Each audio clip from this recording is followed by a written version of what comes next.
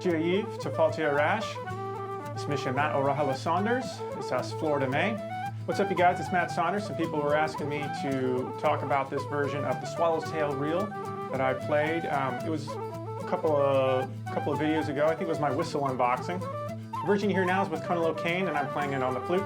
Of course, I'm going to do it on the whistle for you guys. That track is on Spotify and Apple Music, wherever you like to stream your music, so go do that. And Conolo Kane is backing me, so definitely check his music out. He plays with Gwitcha. All right, let's not waste any more time. Let's get into it.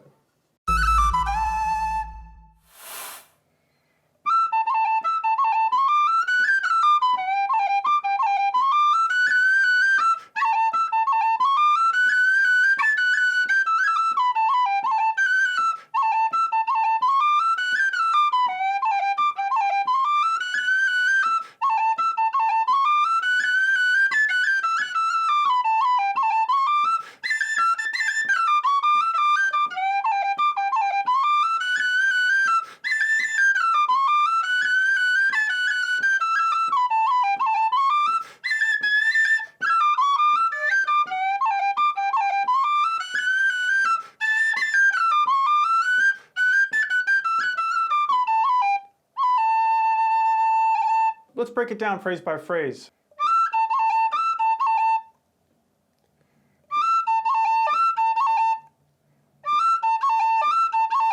Next phrase.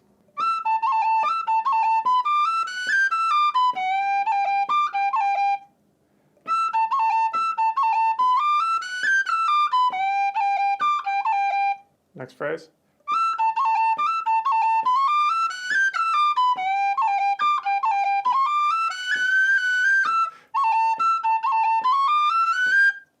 And then the ending, and then back into it.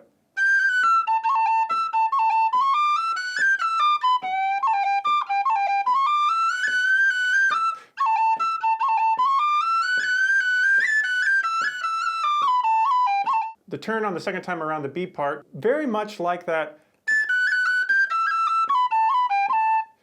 It's utilizing the same broken chords, and this is kind of what I'm getting at with tune analysis, being able to think not just the notes that you're playing, but in order to think of the structure of the tunes, the harmonic structure of the tunes and what the chords are doing. So you're essentially doing the same thing. You're hitting the same chord tones, except for now we're outlining and kind of stepping our way down like a little bit of a waterfall. So the run goes like this.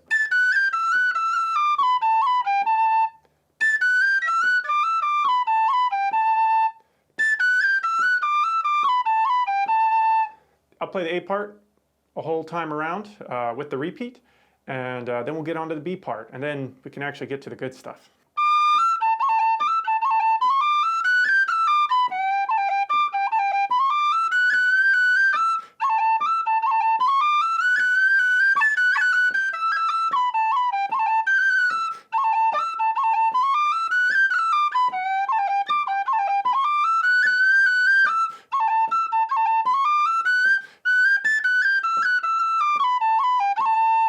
B part's very similar to the A part.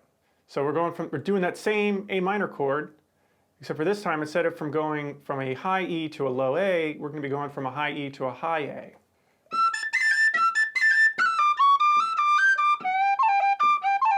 Remember that phrase from the A part.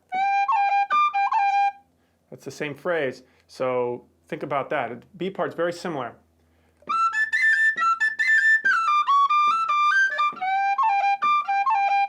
And then back like how the A part goes.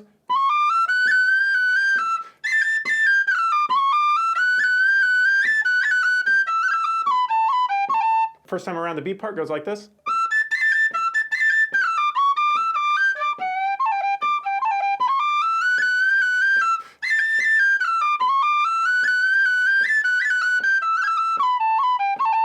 And then the second time around is the exact same thing. And instead of doing the F sharp roll, we're going to do that waterfall thing again. So the second time around the B part.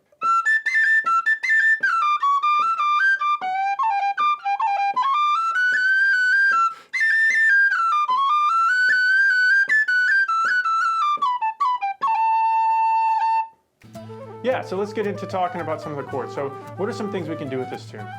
The way I hear this tune is I hear very strong A minor and G chords. In fact, I would dare to say you could play this entire tune with just an A minor and a G chord. So what are the notes that are in A minor and G chords? Well, the A chord, your A minor chord, is going to have A, C, and E. And of course you can play the notes in between those notes as sort of passing notes. The real notes that you want to emphasize are the A, C, and E notes. So be thinking about that. And of course you can vary up the rhythm and things like that. But anyway, and then the other chord is the G chord. And the G chord is just G, B, and D. So what does that look like in the context of the tune?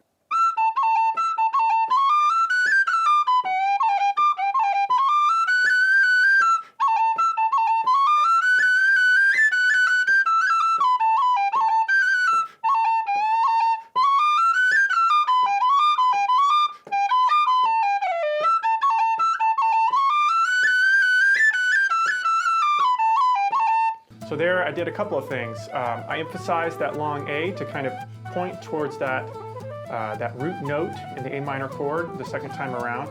And then I also immediately went into sort of a arpeggio with a little triplet in there. So I kind of emphasized that, and I also did an arpeggio where I was hitting that G, B, D, G, B, D, G, B, D.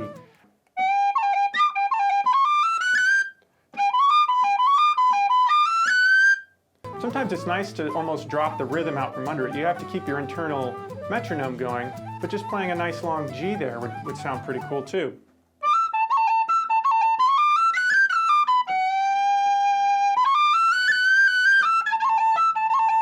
And that's something that I would hear people like Martin Hayes kind of do. They slide up into that note and then just milk it for all it's worth. One thing that Kevin Crawford pointed out when he taught me this tune was the pulse on those Gs. And of course, I know I broke that pulse holding that note out for a while, but that's the whole point of a variation, right? So when he's talking about the pulse, it's that he's actually putting in those stops there. Bum, ba da, dee, ba da, ba da. Add a variation and you drag that out, you get a nice contrast.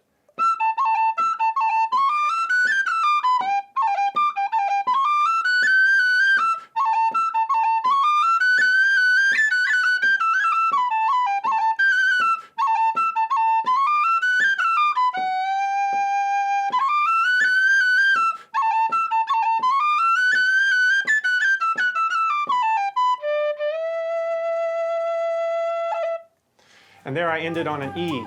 So there's another variation you can do. E is part of that A minor chord. It's the dominant tone in the A minor chord. So that's just another little freebie. Well, thanks so much for watching, everybody. I had a great time teaching that tune. That's one of my favorite tunes of all time to play. It sounds great, slow and relaxed, and it also sounds great when you really rip into it. If you have any ideas for another video or tunes you'd like me to cover, techniques, or maybe something I wasn't too clear about, let me know in the comments below or send me a message, and hit that like button.